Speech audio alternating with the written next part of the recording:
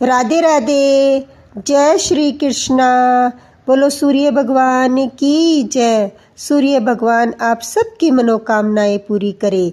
आज हम रविवार व्रत कथा सुनेंगे। रविवार का व्रत करने से मान सम्मान बढ़ता है, शत्रुओं का नाश होता है, आँखों से संबंधित परेशानी दूर होती है। इस व्रत में हमें प्रातःकाल स्नान आदि से निवृत्त होकर स्वच्छ वस्त्र धारण कर शांत चित्त होकर परमात्मा का स्मरण करें, सूर्य भगवान को जल अर्पण करें और फिर कथा सुने। व्रत में नमक नहीं खाना चाहिए, तेल वाला भोजन नहीं करना चाहिए और फलाहार या भोजन सूर्य अस्त होने से पहले कर लेना चाहिए। आइए अब मैं आपको कथा सुनाती हूँ। एक बुढ़िया थी, उसका नियम था वह प्रति रविवार को सवेरे ही स्नान आदि कर घर को गोबर से लीप कर फिर भोजन तैयार कर भगवान को भोग लगाकर स्वयं भोजन करती थी। ऐसा व्रत करने से उसका घर अनेक प्रकार के धन धान्य से परिपूर्ण था। श्री हरि की कृपा से घर में किसी प्रकार का भी दुख नहीं था। सब प्रकार से घर में आनंद ही आनंद था। इस तरह कुछ दिन व्यतीत हो जाने पर उसकी एक पड़ोसन, जिसकी गाय का गोबर वह बुढ़िया लाया करती थी, विचार करने लगी कि यह बुढ़िया रोजाना मेरी गाय का गोबर ले जाती है। इसलिए उसने अपनी गाय को अपने घर के भीतर बांध लिया। बुढ़िया को बेचारी को गोबर न मिला, इसलिए रविवार के दिन वह अपने घर को लीप न सकी। इसलिए उसने न तो भोजन बनाया, न भगवान को भोग लगाया और स्वयं भी भोजन नहीं किया। इस प्रकार उसने निराहार व्रत किया। रात्रि हो गई और वह भूखी ही सो गई। रात्रि में भगवान ने उसे सौंपन दिया और भोजन न बनाने तथा भोग न लगाने का कारण पूछा। उस बुढ़िया ने गोबर न मिलने का कारण सुनाया।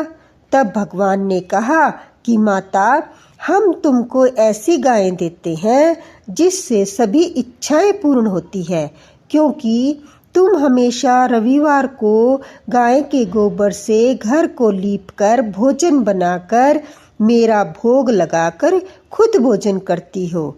इससे मैं खुश होकर तुमको वरदान देता हूँ। निर्धन को धन और बांझ स्त्रियों को पुत्र देकर दुखों को दूर करता हूँ, अतः अंत समय में मोक्ष देता हूँ। सौपन में ऐसा वरदान देकर भगवान तो अंतर्ध्यान हो गए और वह बुढ़िया माई की आँख खुली तो वह देखती है कि आंगन में एक इतनी सुंदर गाय और उसका बछड़ा बंधे हुए हैं। वह गाय और बछड़े को देखकर बहुत प्रसन्न हुई और उसको घर के बाहर बांध दिया और वहीं खाना और चारा डाल दिया।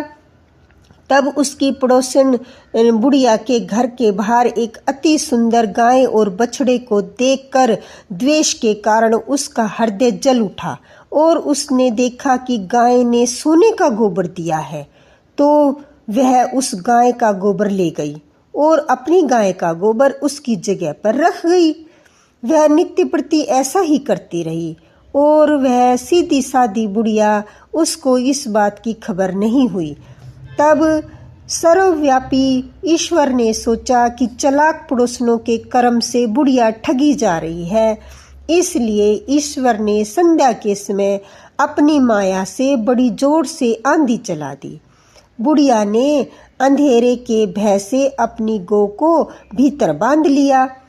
प्रातःकाल जब बुढ़िया ने देखा कि गाय ने सोने का गोबर दिया है, तो उसके आश्चर्य की सीमा न रही और वह प्रतिदिन अपनी गाय को घर के भीतर बांधने लगी।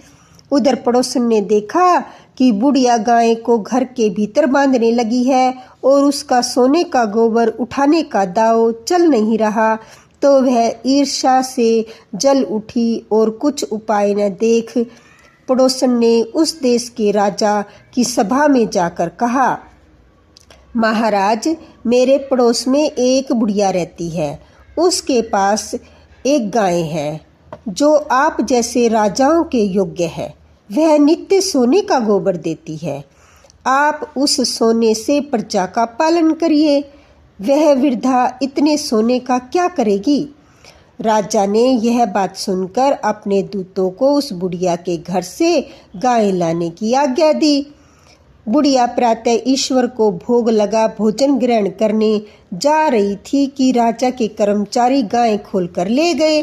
बुढ़िया काफी रोई चिल्लाई, परंतु कर्मचारियों के समक्ष कोई क्या कहता। उस दिन गाय के वियोग में बुढ़िया ने न भोजन किया और रात भर रो रो कर ईश्वर से गऊ को पुण्य पाने की प्रार्थना करती रही।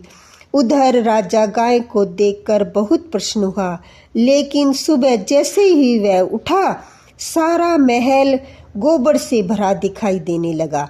राजा यह देखकर घबरा गया। भगवान ने रात्रि में राजा को स्वप्न में कहा कि हे राजा, गाय बुढ़िया माई को लौटाने में ही तेरा भला है। उसके रविवार के व्रत से प्रसन्न होकर मैंने उसे ये गाय दी थी। प्रातः होते ही राजा ने बुढ़िया को बुलाया, बहुत से धन के साथ सम्मानित करके गाय और बछड़ा लौटा दिया। उसकी पड़ोसन दुष्ट बुढ़िया उसको बुलाकर उचित दंड दिया। इतना करने के बाद राजा के महल से गंदगी दूर हो गई। उसी दिन से राजा ने नगरवासियों को आदेश दिया कि राज्य की तथा समस्त मनोकामनाओं की पूर्ति के लिए रविवार को व्रत करो। व्रत करने से नगर के लोग सुखी जीवन जीने लगे। कोई भी बीमारी या प्रकृति का कोई भी प्रकोप उस नगर पर नहीं होता था। सारी प्रजा सुख से रहने लगी। बोलो सूर्य भगवान की जय।